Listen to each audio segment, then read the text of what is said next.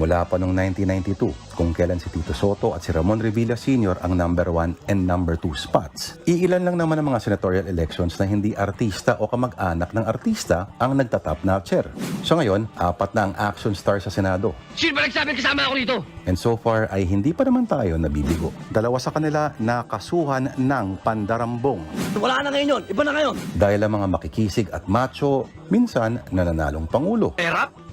Idol ko yan. Kahit na maraming edukado na sa kanya ay diskumpiyado. Mga kababayan, nung araw, may mga tao lumalait-lait sa akin.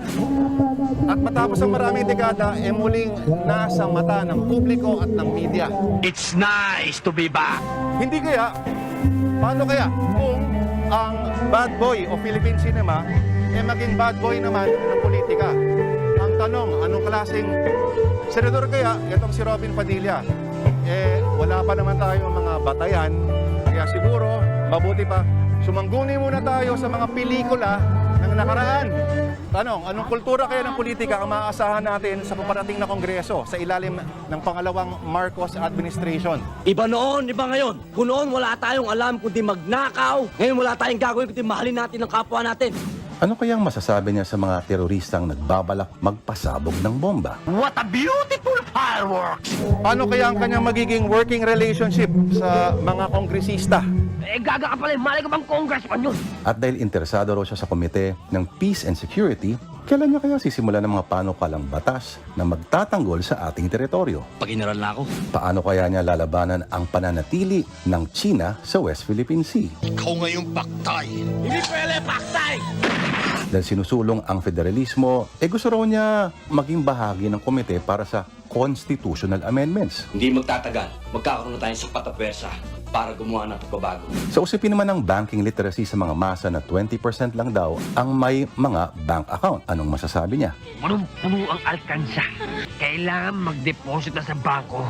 Paano pag kailangan niya ng mag-interpellate sa kapwa senador? No more talk! Baka naman maulit ang mga nakakahiyang eksenang to, mga ginagalang na senador na kailangan pang i-coach ng katabi. I am another different. Now, I am another different! So paano kaya yung mga pinangako niya? Gaya ng tax-free na pambansang gasolinahan. Lahat ng pinangako ko sa inyo ay matutupad tayo! My promise to you people, it will be to you! At hindi biro ang trabaho ng senador. Dapat alagaan niya lagi ang kanyang kalusugan. Dapat hindi niya nakakalimutan laging mag-disinfect. Eh di mag-alcohol ka. Okay lang sa inyo? Okay lang. Pero dahil kinuha niyang consultant ang dating Chief Presidential Legal Advisor, baka naman mahawa siya sa usay ni Attorney Salvador Panelo. At pag nagkataon, nasa kanya na ang huling halakhak. Hindi na ako pwedeng matayin! Hindi ko natahis, biyene mo! Dahil mukhang nakaukit talaga sa kanyang mga palad ang Senado, na halos 28 years ago, tila may paramdam na ang kapalaran. Hindi kayo magiging general. Ganun ba? Baka senador pwede ko. Basta, merong mahigit 26 million na Pilipino ang umaasa na gagamitin ni Robin Padilla ang kanyang angas at enerhiya para labanan ang korupsyon.